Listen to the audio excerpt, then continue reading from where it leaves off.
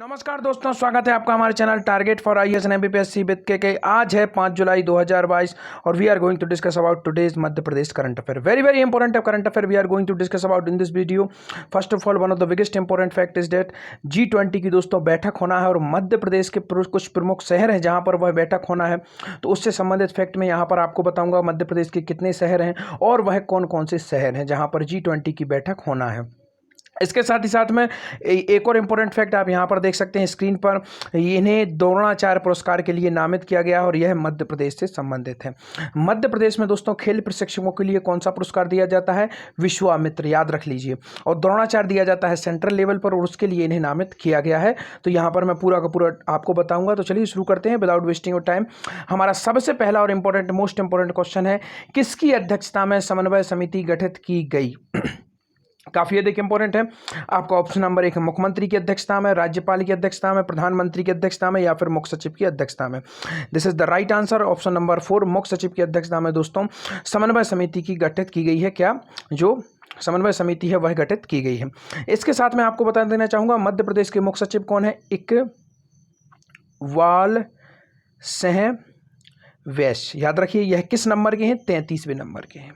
इन्होंने अपना पद कब संभाला था? यह भी काफी अधिक इंपॉर्टेंट है। तो 24 मार्च, यह 4 है, 24 मार्च और 2020। क्यों इंपॉर्टेंट है इनके पद ग्रहण करने की तारीख? क्योंकि कई बार मध्य प्रदेश में अधिक डीपली चले जाते हैं तो वो इस तरीके के क्वेश्चन पूछ लेते हैं। इसके साथ ही साथ आपको बता देना चाहूंगा 24 मार्च को इन्होंने पद ग्रहण किया था, परंतु इनके एक दिन पहले चौथी बार मध्य प्रदेश के मुख्यमंत्री के रूप में किसने पद ग्रहण किया था? माननीय मुख्यमंत्री शिवराज सिंह चौहान ने मध्य प्रदेश के मुख्यमंत्री का पद ग्रहण किया था। और यही एकमात्र ऐसे सीएम है मध्य प्रदेश के जिन्होंने 4 बार दोस्तों मध्य प्रदेश के सीएम का पद ग्रहण किया। और लगातार इतने लंबे समय तक मध्य प्रदेश के सीएम रहने वाले शिवराज सिंह चौहान ही एकमात्र सीएम हैं। तो इसको आपको याद रखना है, काफी अधिक इंपॉर्टेंट है। राज्यपाल कौन है? राज्यपाल है मंगू भाई पटेल। किस नंबर के हैं? 30वें नंबर के हैं। और दोस्तों एक और इंपॉर्टेंट फैक्ट आपको बता देना चाहूंगा, दूसरी महिला राज्यपाल कौन थी? आनंदीबेन पटेल थी। और यही दोस्तों गुजरात की प्रथम महिला सीएम थी। कब बनी थी? 2016 में बनी थी। इस तरीके के क्वेश्चंस को आपको याद रखना है, काफी अधिक इंपॉर्टेंट हो जाते हैं। इसके साथ ही साथ आपको मुख्य सचिव के बारे में मैंने पूरा का पूरा जानकारी दे दी जो कि इंपॉर्टेंट है। मुख्य सचिव मध्य प्रदेश के सबसे बड़ा प्रशासनिक पद होता है दोस्तों, सबसे प्रमुख प्रशासनिक पद होता है। आगे बढ़ते हैं। G20 समूह की बैठक मध्य प्रदेश के कितने शहरों में होगी? तो काफी अधिक इंपॉर्टेंट है G20 समूह। और आज का आपका होमवर्क भी यही है कि कमेंट सेक्शन में कम से कम इतनी कोशिश करिए कि G20 समूह के बारे में कुछ जानकारी आप मुझे दे सकें। कमेंट सेक्शन में जरूर से जरूर टाइप करिए, चाहे आप इंटरनेट की मदद लीजिए, this is your duty, but I want answer regarding G20 समूह। तो चलिए देखते हैं G20 समूह की बैठक मध्य प्रदेश के कितने शहरों में होगी। तो आपको मालूम होना चाहिए G20 का भी हाल ही में अध्यक्ष बनाया गया है मध्य भारत को और विभिन्न शहरों में इसकी बैठक हो रही है। तो मध्य प्रदेश के कितने शहरों में इसकी बैठक होना है? आपका ऑप्शन नंबर 1 है 1 शहर में, 2 शहर में, 3 शहर में या फिर 4 शहर में। तो इसका राइट आंसर क्या है? राइट आंसर इज दैट 2 शहर में। G20 समूह की बैठक मध्य प्रदेश के कितने शहरों में हो रही है? 2 शहरों में हो रही है। तो इसको भी आपको याद रखना है, काफी अधिक इंपॉर्टेंट है। आगे बढ़ते हैं। G20 समूह की बैठक मध्य प्रदेश के किन शहरों में होगी? तो यह भी सबसे अधिक इंपॉर्टेंट फैक्ट बनता है कि जो G20 समूह है इसकी बैठक मध्य प्रदेश के किन शहरों में होगी। तो आपका ऑप्शन नंबर 1 है इंदौर में, भोपाल में, दोनों में या फिर इनमें से कोई नहीं। तो शुरू में ही मैंने आपको बताया था मध्य प्रदेश के कितने शहरों में इसकी बैठक होना है?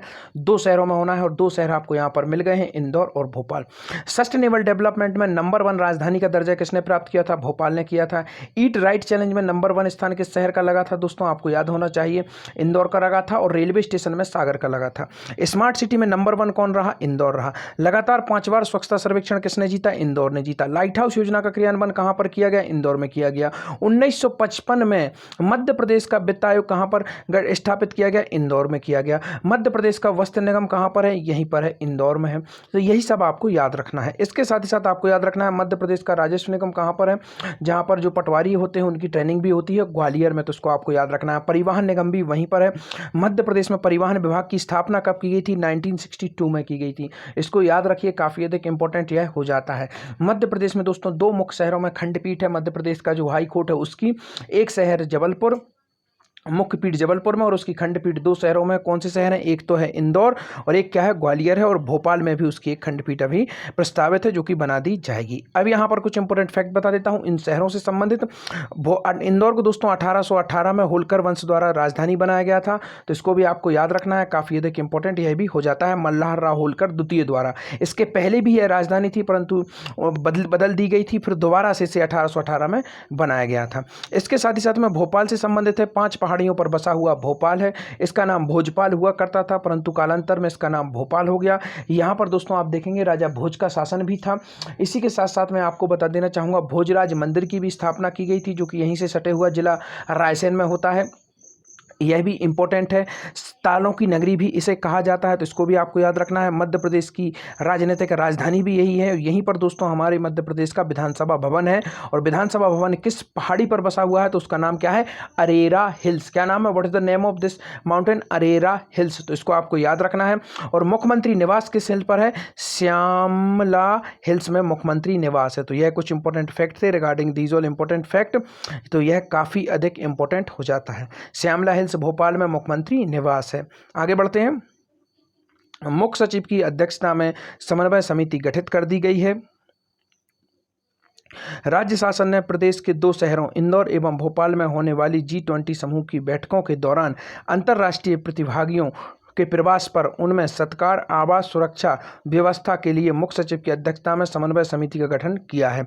समन्वय समिति में दोस्तों अपर मुख्य सचिव सामान्य प्रशासन, गृह प्रमुख सचिव औद्योगिक नीति एवं प्रोत्साहन, मुख्य कार्यपालन अधिकारी। यह कुछ इतना इंपॉर्टेंट नहीं है, केवल आपको इतना याद रखना है कि 2 शहरों में G20 की बैठक होना है। वह 2 शहर प्रमुख शहर हैं इंदौर और भोपाल, और इसके जो अध्यक्ष किसको बनाया गया है? मुख्य सचिव को इसकी पूरी की पूरी जिम्मेदारी दे दी गई है। आगे बढ़ते हैं।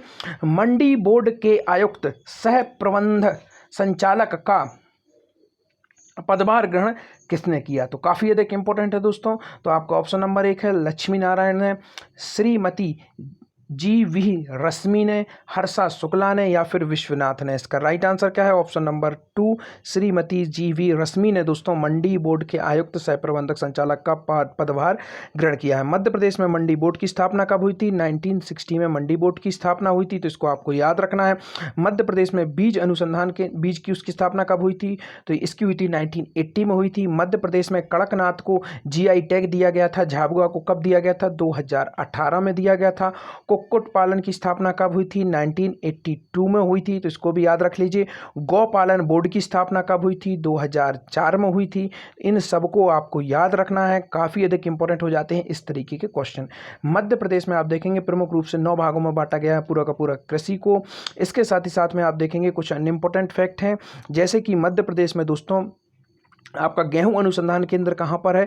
तो यह दोस्तों आपका जो ओनली अगर आप देखेंगे केवल गेहूं अनुसंधान केंद्र की बात की जाए तो होशंगाबाद में है, और अगर आपसे बात की जाए अंतर्राष्ट्रीय गेहूं अनुसंधान एवं आपका ज्वार अनुसंधान मक्का अनुसंधान केंद्र, यह कहाँ पर है? यह जबलपुर में है। मध्य प्रदेश में ज्वार अनुसंधान केंद्र कहाँ पर है? खरगोन में। कहाँ पर है? खरगोन में है।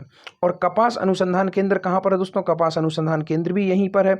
मूंगफली अनुसंधान केंद्र भी यहीं पर है। अगर आपसे पूछा जाए जैविक कपास, याद रखिए कपास 2 तरीके की होती हैं, एक जैविक कपास है, तो जैविक कपास अनुसंधान केंद्र कहाँ पर है? तो वह है दोस्तों आपका खंडवा में। कहाँ पर है? खंडवा में। इसको आपको याद रखना है। गांजा उत्पादन भी आप इससे समझ सकते हैं, यहीं पर होता है, तो यह काफ़ी अधिक इंपॉर्टेंट हो जाता है। मध्य प्रदेश में सूखा अनुसंधान केंद्र, इसके साथ ही साथ में दलहन अनुसंधान केंद्र और ट्रैक्टर जो आपका जो ट्रेनिंग सेंटर है वह कहाँ पर है? सीहोर में है। और सीहोर एक और चीज़ के लिए फेमस है, क्या है उसका जवाब मैं दे देता हूँ, हर बार आप लोगों को बताता हूँ। GI टैग दिया गया है यहाँ पर किसे? लकड़ी के खिलौनों के लिए। याद कर सकते हैं सीहोर में लकड़ी के खिलौने के लिए GI टैग दिया गया है। और सीहोर की बुधनी में ही दोस्तों रेलवे स्लीपर का निर्माण किया जाता है, तो इसको भी याद रखना है। रेलवे स्लीपर का निर्माण कहाँ पर किया जाता है? सीहोर में ही किया जाता है। आगे बढ़ते हैं। श्रीमती रश्मि ने मंडी बोर्ड के आयुक्त सह प्रबंध संचालक का कार्यभार किया ग्रहण। श्रीमती GV रश्मि ने सोमवार को मंडी बोर्ड के आयुक्त सह प्रबंध संचालक का पदभार ग्रहण किया। उन्होंने मध्य प्रदेश राज्य कृषि विपणन मंडी बोर्ड के अधिकारियों से बोर्ड की गतिविधियों की जानकारी ली।